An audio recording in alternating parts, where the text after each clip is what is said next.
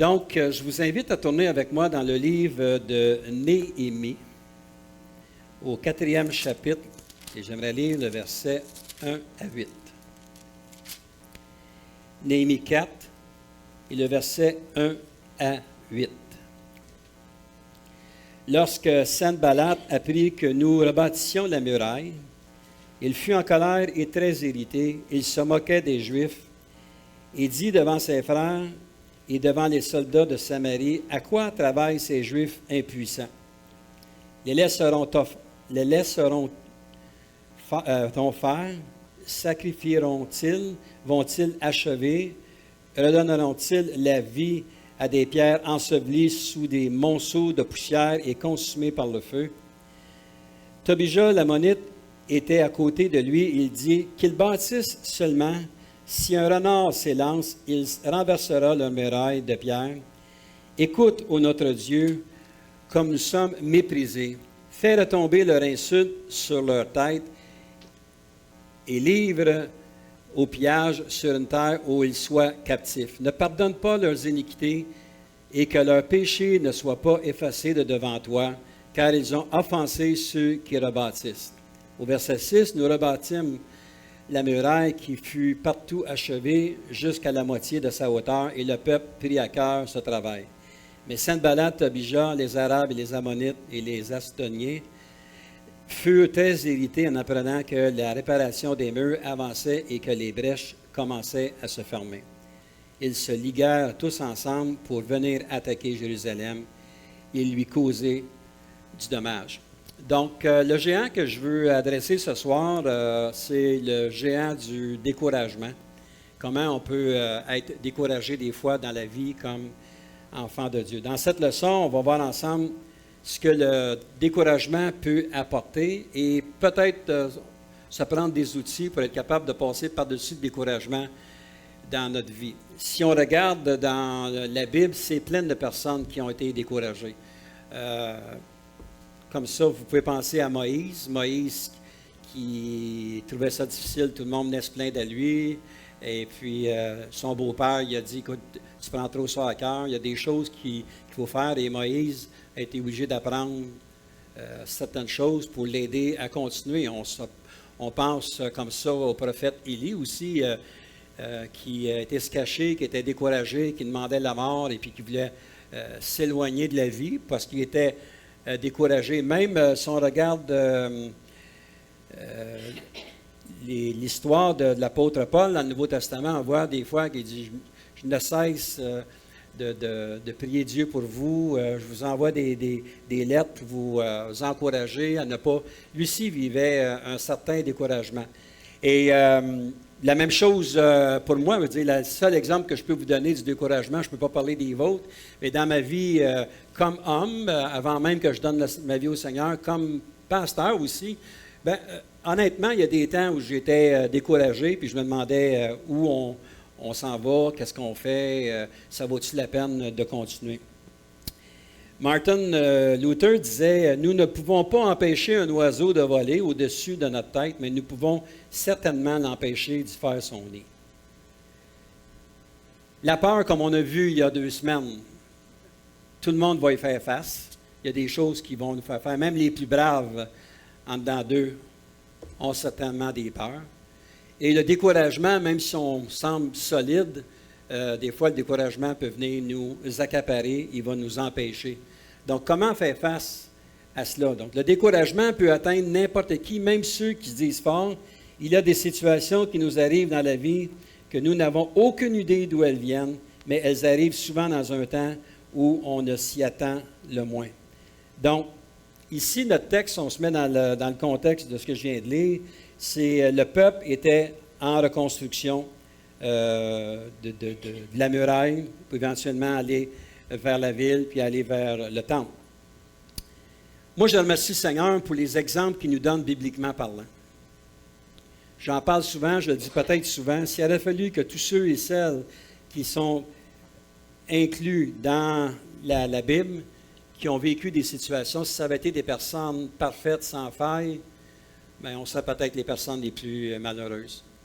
On se demanderait comment ça, eux sont comme ça, puis que nous, on est le contraire.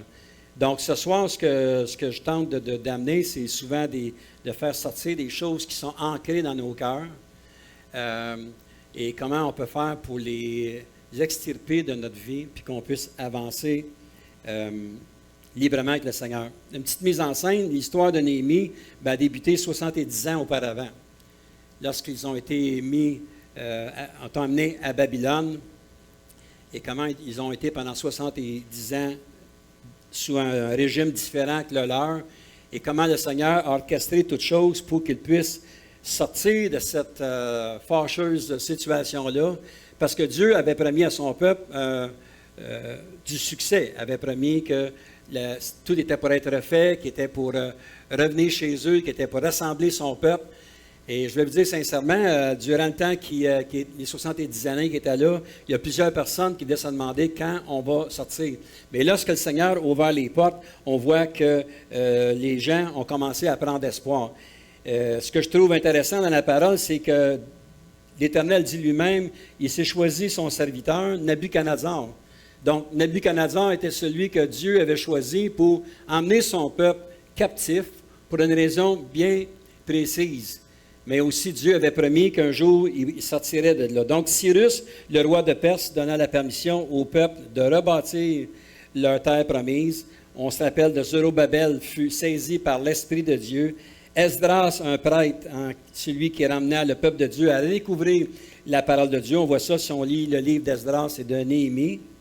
Et après ça, mais on voit comment est-ce que Néhémie est celui qui a mis sur pied la direction des travaux. Donc, dans Néhémie 4, ou le verset 6, on lit « Nous rebâtîmes la muraille qui fut partout achevée jusqu'à la moitié de sa hauteur, et le peuple prit à cœur ce travail. » C'est important dans la vie de prendre le travail que le Seigneur nous met à cœur. Et on voit comment est-ce que Dieu va nous diriger. Et souvent, lorsqu'on prend une tâche et puis on commence à bâtir ce que le Seigneur nous montre, des fois, on est tout seul dans notre expérience. Des fois, c'est entre nous puis le Seigneur, puis le Seigneur va dire, tu continues, tu avances, tu fais ceci, tu fais cela, puis tu regardes autour de toi, puis souvent tu dis, bien, les autres, ils ne comprennent pas le plan de Dieu. Bien, vous savez, frères et sœurs, le Seigneur ne parlera jamais aux autres pour vous autres. Il va toujours vous parler à vous personnellement. Dans ma vie, comme père de famille, comme implanteur d'église, parce que j'ai passé la majorité de ma vie à implanter des églises, un peu comme le pasteur Pierre qui est ici, lui qui était en mission. Et puis, le Seigneur nous montre des choses qui sont précises. Mais des fois, tu dis, est-ce que j'ai bien entendu, Seigneur, ce que tu veux que je fasse? Mais il me semble que ça ne fonctionne pas comme le plan que je me suis fixé. Et Dieu va nous faire passer à travers des situations pour qu'on puisse saisir quel est son plan. Donc, on est rendu à la moitié de la reconstruction. Tout semble bien aller, mais on voit que l'opposition prend place. Donc, comme j'ai lu tantôt, Sanballat, Tobiah, les Arabes, les Ammonites, les Astodiens furent très irrités en apprenant que la réparation du mur s'avançait et les brèches commençaient à se fermer. Dans la vie, il y a toujours quelqu'un qui va interférer dans ce qu'on veut faire si on veut travailler pour le Seigneur. Notre sœur France n'est pas ici. Notre sœur France a demandé à être baptisée. Elle va être baptisée dimanche parce qu'elle a décidé de vouloir se faire baptiser. Les lettres négatives fusent chaque côté d'elle pour dire, bon, c'est ton choix à toi, mais moi je ne ferai pas ci, je ne ferai pas ça. À chaque fois qu'on veut prendre un pas pour le Seigneur, l'ennemi va toujours se lever à quelque part. C'est impossible que vous fassiez la volonté de Dieu sans que vous ayez l'ennemi qui se lève contre vous. Puis ça, moi, ça m'a touché beaucoup dans ma vie parce que j'étais un gars qui a de l'air dur comme ça, mais à l'intérieur de moi, j'étais assez sensible puis je me dis, est-ce que je pousse trop fort? Est-ce que c'est exactement ce que le Seigneur m'a demandé? Mais l'ennemi, ce qu'il veut, c'est de terrasser pour que l'œuvre de Dieu cesse où tu es. Et c'est ce qu'on voit un peu aujourd'hui. Donc, généralement, lorsque nous débutons un projet, nous sommes tout feu, tout flamme. C'est excitant. Accomplir quelque chose, mais en chemin, il y a des choses qui sont difficiles. Cet exemple par rapport à ça, lorsqu'on a débuté l'Église à Belleuil en 2001, le Seigneur me l'avait montré bien clairement qu'on débutait cette œuvre-là. Mais 3 ans après, ça ne marchait pas comme on voulait. C'est pas que l'Église ne fonctionnait pas, c'est pas qu'on ne voyait pas des gens être sauvés, c'est qu'on n'était pas capable de mettre la main sur un local où on pouvait être stable. À tous les 6-7 mois, il fallait changer de place. Et un moment donné, on faisait l'église dans un ancien restaurant. La police est arrivée, on disait 20 mois pour sortir d'ici. Sortez toutes vos choses. On est déménagé à l'église baptiste le dimanche après-midi à Saint-Hyacinthe. On est revenu après ça à l'église unie de Belleuil. Puis on n'avait toujours pas notre lieu, ça ne fonctionnait pas. Ce qu'on était supposé avoir le matin, on ne l'a pas eu. On avait l'église disponible à 7 heures le soir. En tout cas, paquet de choses, juste pour vous dire un petit peu que ça ne marche pas. Puis à un moment donné, j'étais découragé, j'ai appelé un pasteur qui est confrère, que c'était pas tellement loin, qui avait une église pas tellement loin. J'ai dit, puis tu vas avoir des membres d'une église. J'ai dit, je vais aller prêcher là, je vais les emmener chez vous, puis je vais fermer. Ça ne fonctionne pas. Mais Dieu avait un autre plan. Dieu avait un autre plan. Je me suis aperçu des fois que je m'appuyais sur moi au lieu de m'appuyer sur le Seigneur. Donc, c'est important de le comprendre avec le Seigneur. C'est lorsqu'on commence à prendre des choses personnelles sur nos épaules, c'est souvent les moments où on commence à vivre la peur, puis on va commencer à vivre aussi le découragement. Donc, premier point, le premier facteur du découragement, souvent, c'est la fatigue. Et si on regarde au verset 10 de Néhémie 4, « Cependant, Juda disait, « Les forces manquent à ceux qui portent les fardeaux, et les décombres sont considérables, nous ne pourrons pas bâtir la muraille. »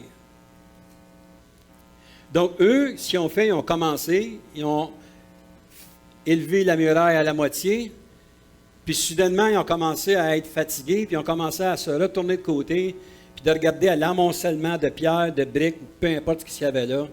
Ils disaient, on ne sera jamais capable de finir ça. C'est difficile. Mais c'est comprenable. Pourquoi? Parce que si on regarde dans Néhémie 6 et le verset 15, la muraille fut achevée le 25e jour du mois d'Élul en 52 jours.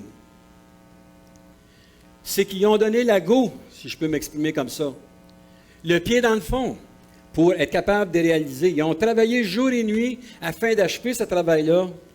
Et lorsqu'on est fatigué, frères et sœurs, c'est là qu'on est vulnérable. L'œuvre de Dieu, ce n'est pas un sprint, c'est un marathon. Dieu voit son œuvre sur l'éternité. Nous, on voit ça sur les capacités qu'on a à l'âge qu'on est rendu. Et le Seigneur veut qu'on puisse saisir ces choses-là. Moi, je dois vous avouer qu'en vieillissant, nous découvrons que nous n'avons plus la même énergie. Et notre erreur, c'est que nous prenons un léger repos et nous nous remettons à l'œuvre pour découvrir que nous n'avons plus la même énergie. Je me souviens, j'ai vécu un bon down, il y a peut-être 15-20 ans passés, avec une mini-dépression. Et puis, dans le ministère, je n'ai pas honte de le dire. Puis là, mais lorsqu'on commence à prendre du mieux, on se remet à l'ouvrage comme si rien n'était.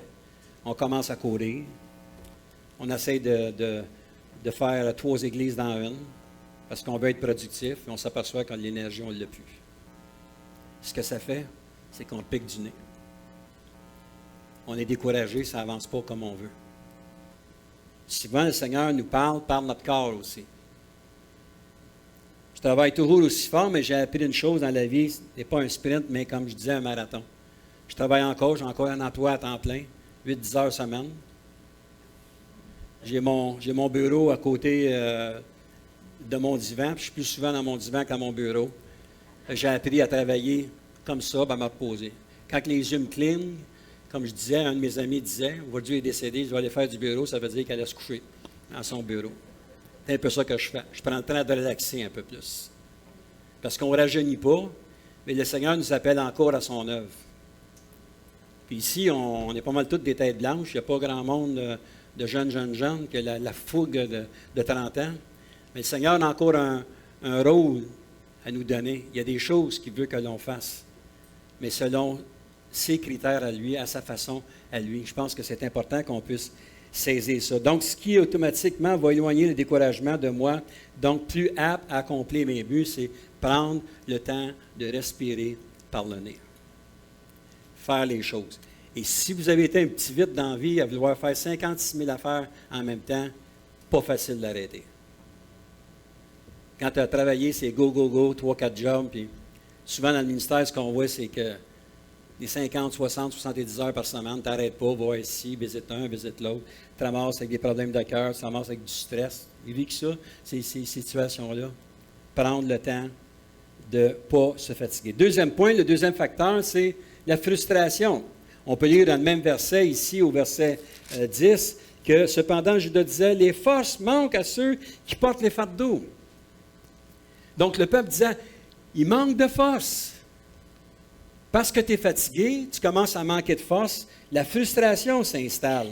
On peut s'imaginer le scénario, il débute le projet, la muraille n'était qu'une portion du projet, il devait rebâtir la ville et le temple. Eux ne voyaient pas ce qui était rendu à la journée même, ils voyaient la grande photo. La muraille montée, la ville rebâtie, le temple refait, eux dans leur tête, on va aller comme ça.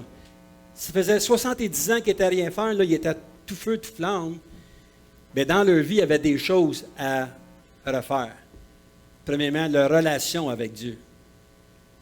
C'est beau d'avoir des projets, mais c'est important de regarder notre relation avec Dieu. Donc, je disais tantôt, il y avait un amoncellement de blocs, résultat des Babyloniens. Il y a 3 façons de vivre notre vie. Prendre le temps de vivre, un bourreau de travail ou vivre un burn-out. Il y a 3 façons de vivre notre vie. Personnellement, moi, j'étais un workaholic. J'étais un workaholic.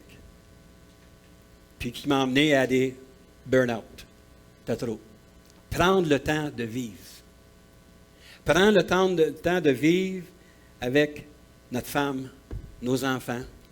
Prendre le temps de passer du bon temps avec les petits-enfants, si on est capable. La fin de semaine passée, j'étais aux pommes. Ça ne m'intéresse pas nécessairement d'aller aux pommes. Surtout quand il y a un paquet de guêpes autour, là, ça ne m'intéressait pas, mais j'ai été aux pommes. Mon petit-fils, il est venu s'asseoir à côté de moi. Mon petit-fils, il est plus grand que moi, là. Il doit avoir dit à son père, j'étais voir mon vieux grand-père.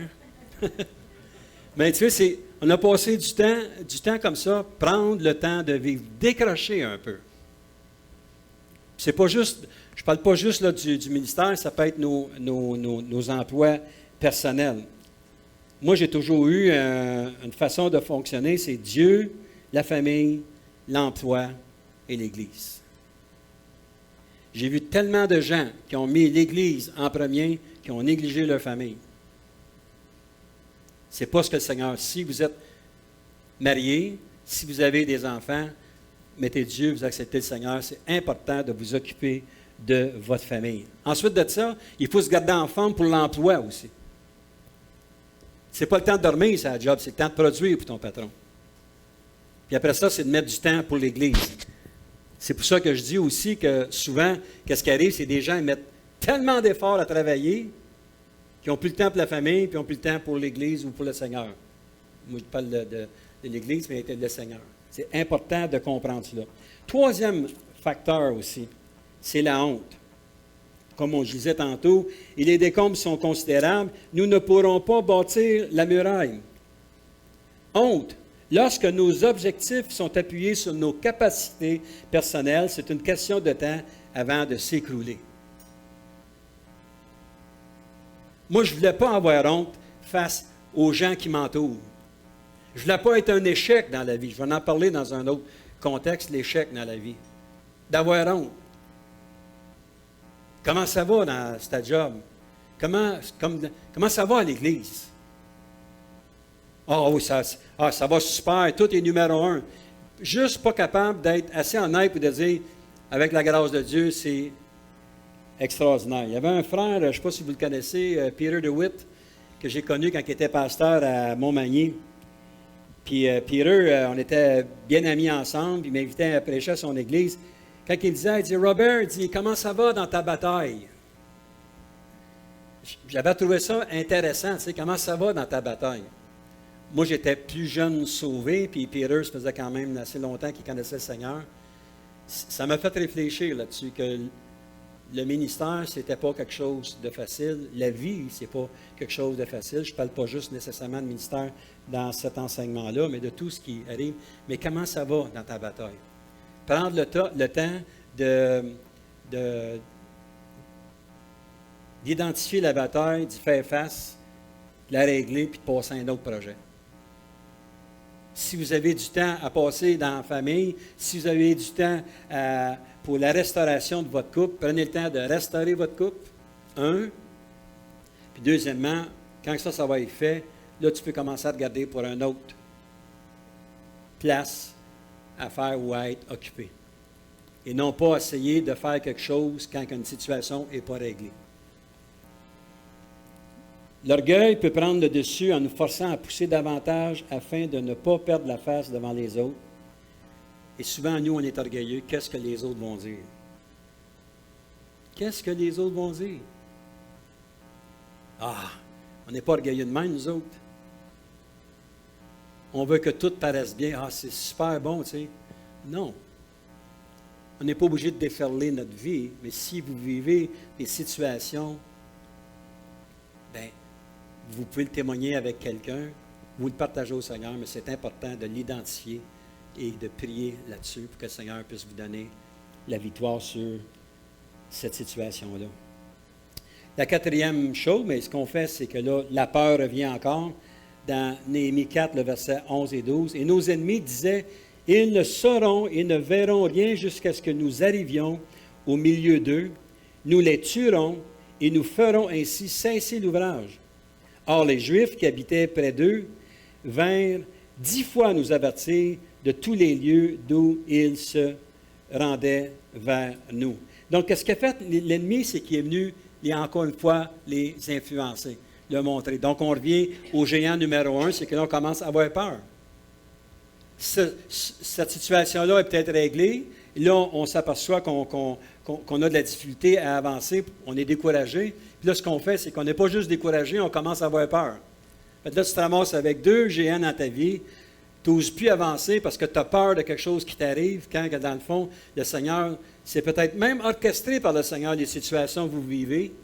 Parce qu'il n'y a rien qui nous arrive sans que le Seigneur ait sa main là. Il ne faut jamais oublier ça.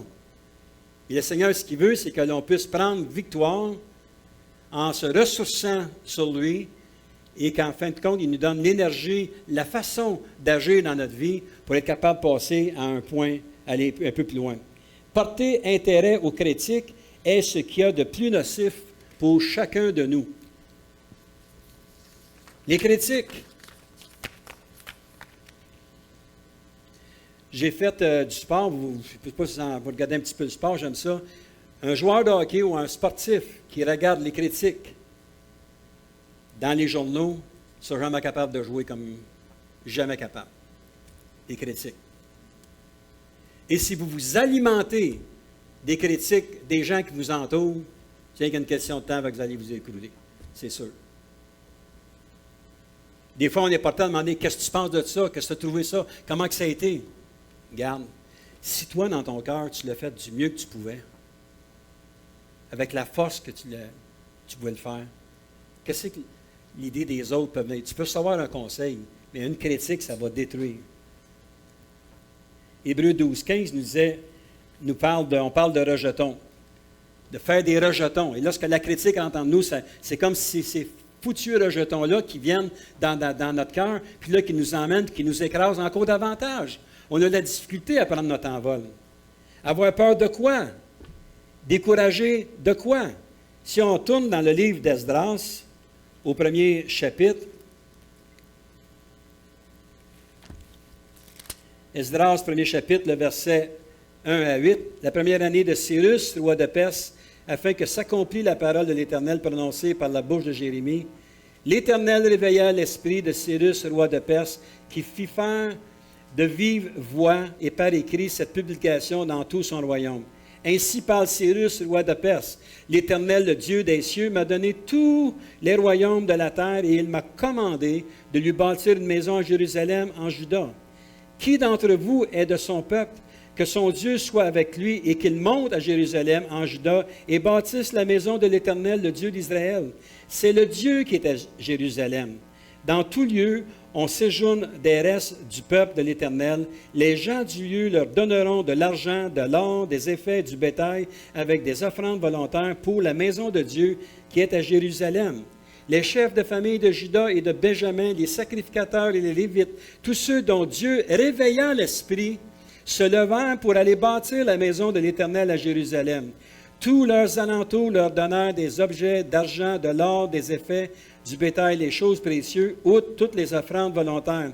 Le roi Cyrus rendit les ustensiles de la maison de l'Éternel que Nabuchodonosor avait apportés de Jérusalem et placés dans la maison de son Dieu. Cyrus, le roi de Perse, les fit sortir par Mithridath, le trésorier, qui les remit à Shethbatsar, prince de Juda. On voit ici comment est-ce que lui, Esdras, ce qu'il avait, c'était la vision spirituelle pour ce qui s'en venait.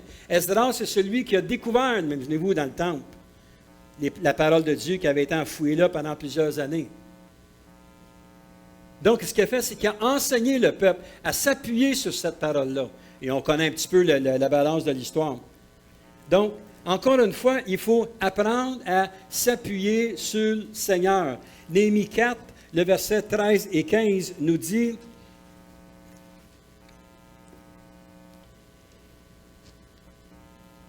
c'est pourquoi je plaçai dans les enfoncements derrière la muraille et sur des terrains secs le peuple par famille, tous avec leur épée, leurs lances et leurs arcs. Je regardai et m'étant levé, je dis aux grands, aux magistrats et au reste du peuple: ne les craignez pas.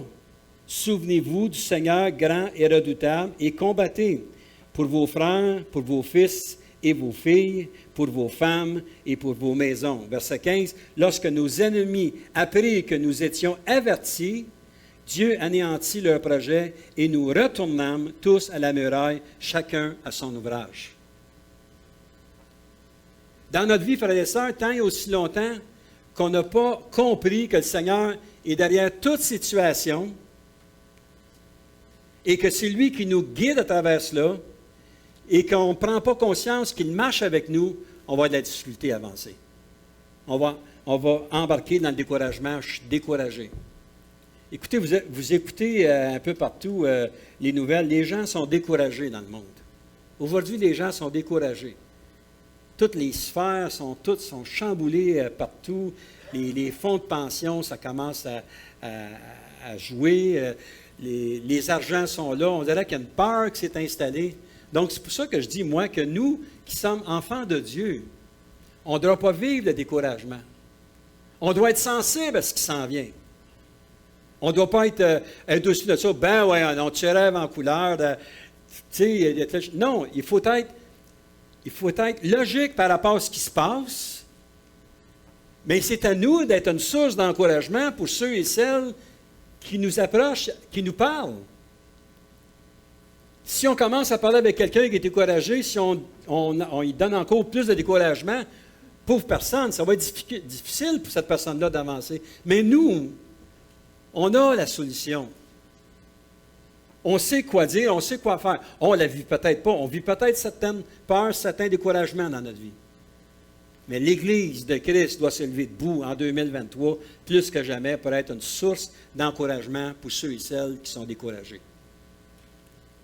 Comme je dis, on rentre dans l'évangélisation, puis ce n'est pas juste parce qu'on fait l'évangélisation. L'évangélisation, frères et sœurs, ce n'est pas le fait que quelqu'un va chanter, va donner son témoignage. Ce n'est pas le fait qu'on a 2 pages dans le journal qui s'en vient. Ce n'est pas le fait qu'on va avoir des petites cartes à distribuer partout. Non, ce n'est pas ça l'évangélisation. Ça, c'est un moyen pour l'évangélisation. L'évangélisation, c'est quand les hommes et les femmes se lèvent debout et vont dire « j'ai la solution ». Puis la solution, ce n'est pas celui qui donne le témoignage, c'est Christ. De l'inviter afin qu'il puisse être saisi. Parce que si on l'invite juste parce que le monde est là, il va s'apercevoir que le monde sont normal comme tout le monde. Vous avez peut-être m'emmené à essayer de chercher l'Église parfaite. Elle n'existe pas, l'Église parfaite. Ça n'existe pas. Tu peux changer, tu as une lune de miel pour un bout de temps, puis à un moment donné, tu commences à connaître réellement qui est là. Hein? Puis, je veux dire, pour avoir été assez longtemps dans l'Église, une Église, c'est une Église. Ça prend un monsieur, ça prend une madame, ça prend ci, ça prend telle situation. C'est toujours les mêmes situations qui arrivent. Tout le temps. Ça ne change pas. Mais il faut regarder en avant et dire, regarde, il faut avancer.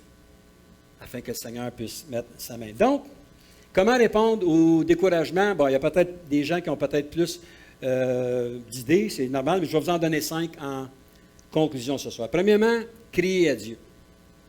La première chose. Néhémie 4 et le verset 9.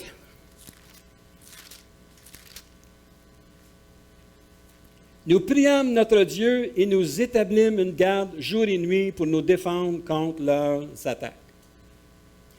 Trop souvent, frères et sœurs, dans notre détresse, nous terminons par la prière au lieu de débuter par la prière. On parle du projet d'église, c'est pas terminé par la prière le soir, c'est on débute par la prière. Seigneur, mets ta main maintenant. Montre-nous.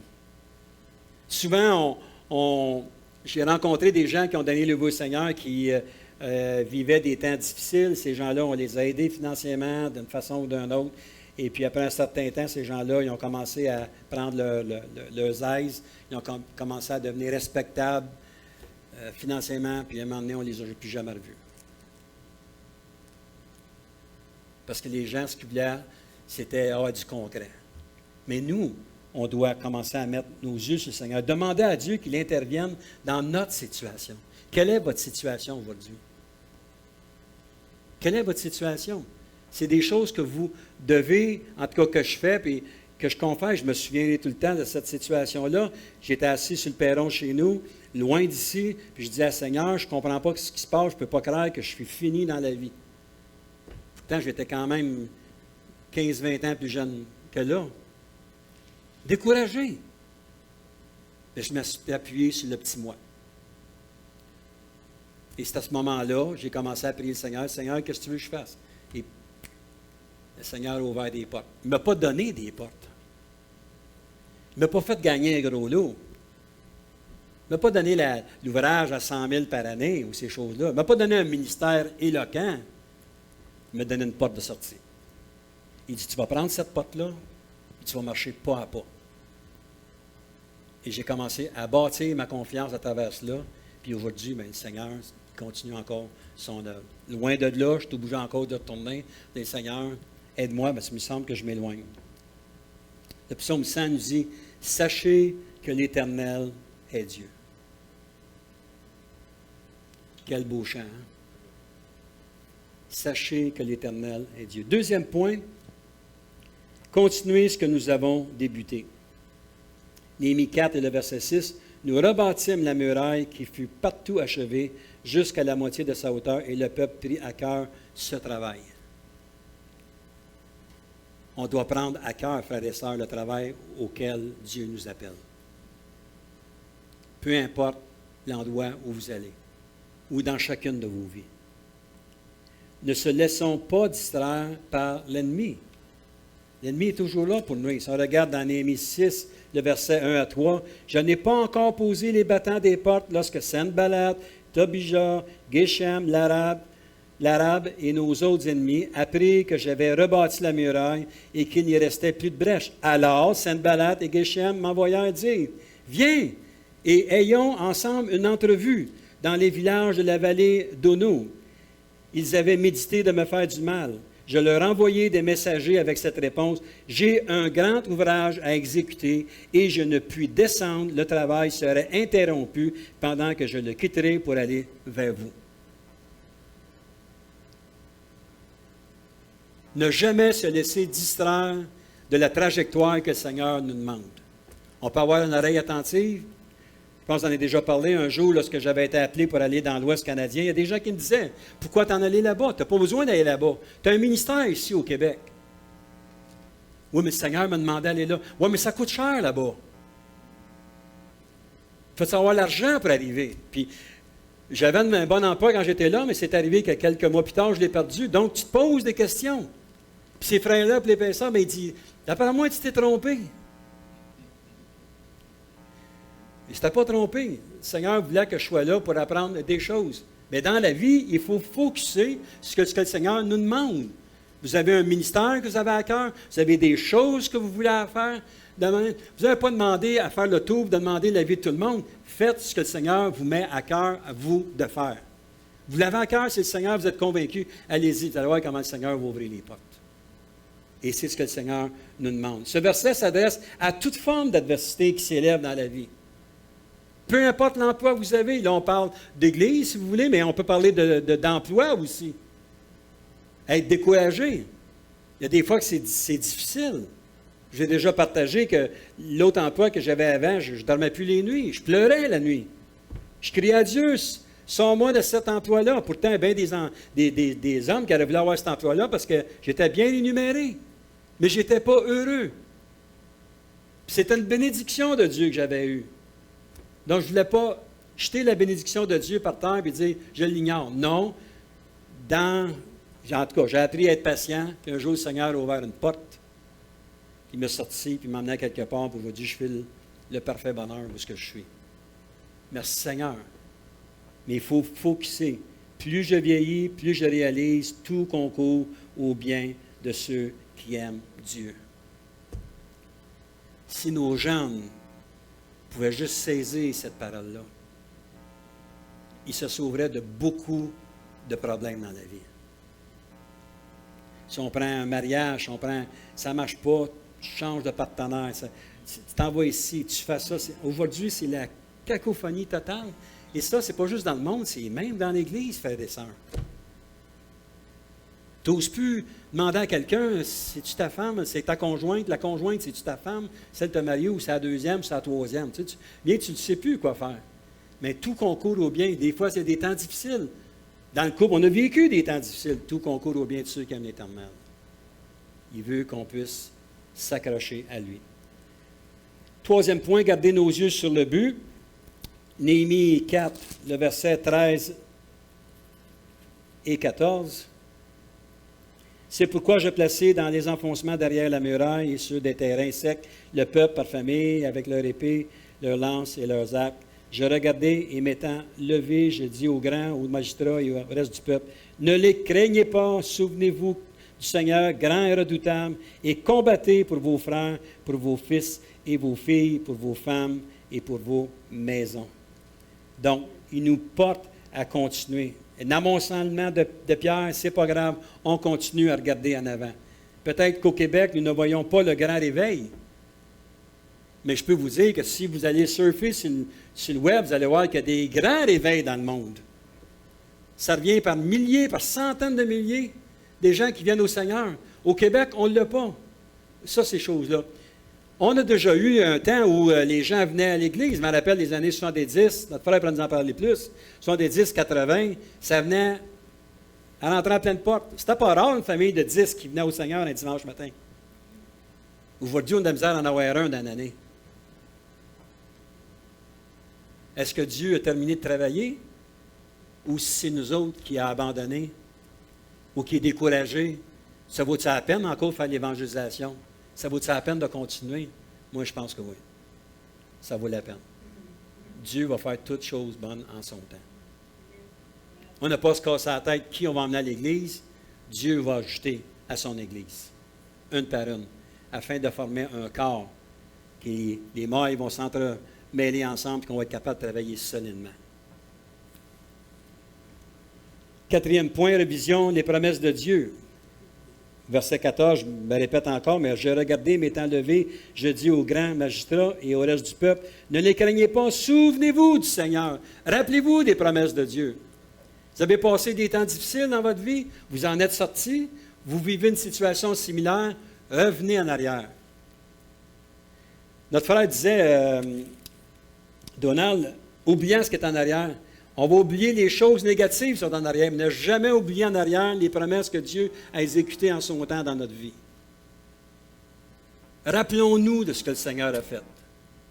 S'il l'a fait quand vous avez 30 ans, il va le faire encore à 70 ans, ou peu importe votre âge, en son temps. Remettons-nous à lire et à étudier la parole. C'est le temps de prendre notre Bible et d'étudier. C'est le temps de mettre un temps de côté des Seigneurs. Me voici. Prendre le temps d'écrire des notes. Là. Merci Seigneur, les gens sont fervents à leur cours, aux réunions de prière à l'Église, le dimanche matin. Merci Seigneur. Mais chez nous, il faut continuer. Il ne faut pas juste être sporadique. Hop, aujourd'hui, ça venait d'Église. Hop, dans 2 jours, on va revenir à l'Église. Hop, 2-3 jours, pas là. Hop, on revient encore. Non. À tous les jours, on doit prendre notre temps avec le Seigneur. Je ne peux pas vous dire, faites ça le matin en vous levant. Je ne peux pas vous dire, faites ça le soir. Faites ça quand ça vous adonne de le faire. Parce que moi, le soir, à partir de 9 heures, là, c'est pas le temps d'ouvrir un livre. Je m'endors. Même quand je viens de me réveiller, je m'endormirai pareil. Parce que j'aime ça, dormir, puis je suis un gars qui est matinal à aller au lit.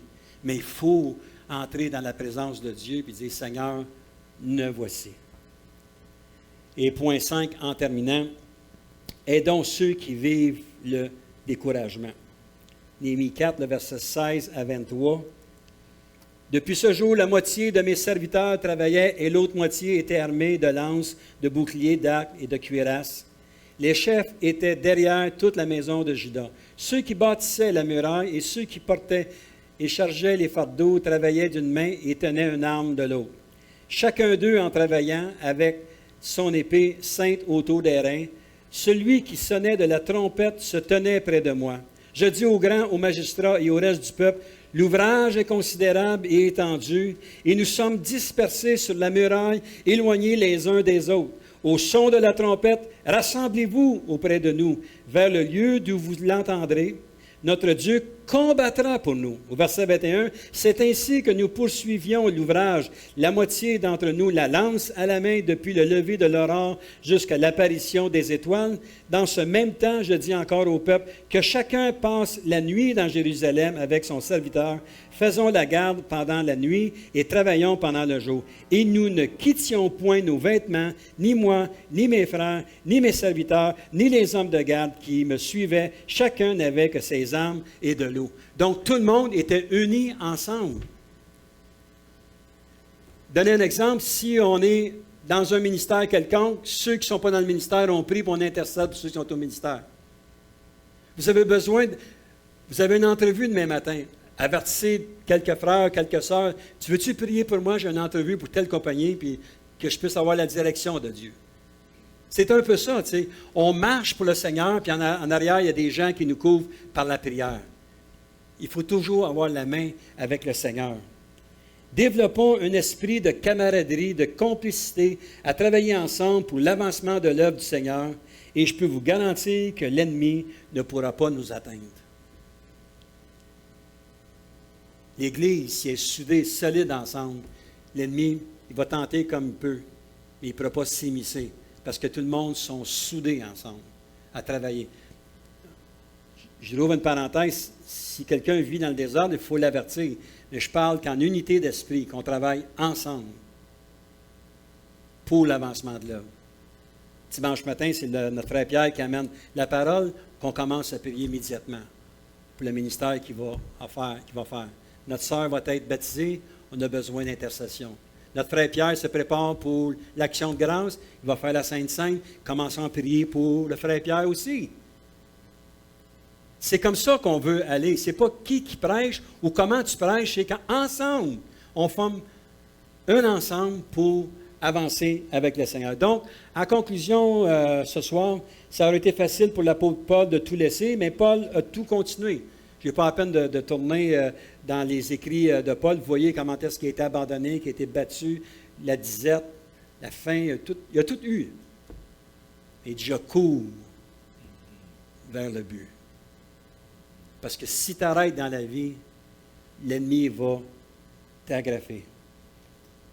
Demeure céleste. On doit continuer à travailler pour une demeure qui n'est pas ici, notre demeure qui est à venir. Donc, en terminant, juste vous laisser avec le psaume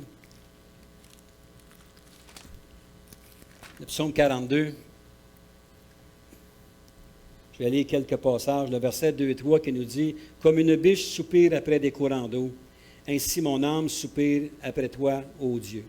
Mon âme a soif du Dieu vivant. » Et si on lit au verset 11 et 12, « Mes os se brisent quand mes persécuteurs m'outragent, en me disant sans cesse, où est ton Dieu? Pourquoi t'as battu mon âme et gémis-tu au-dedans de moi?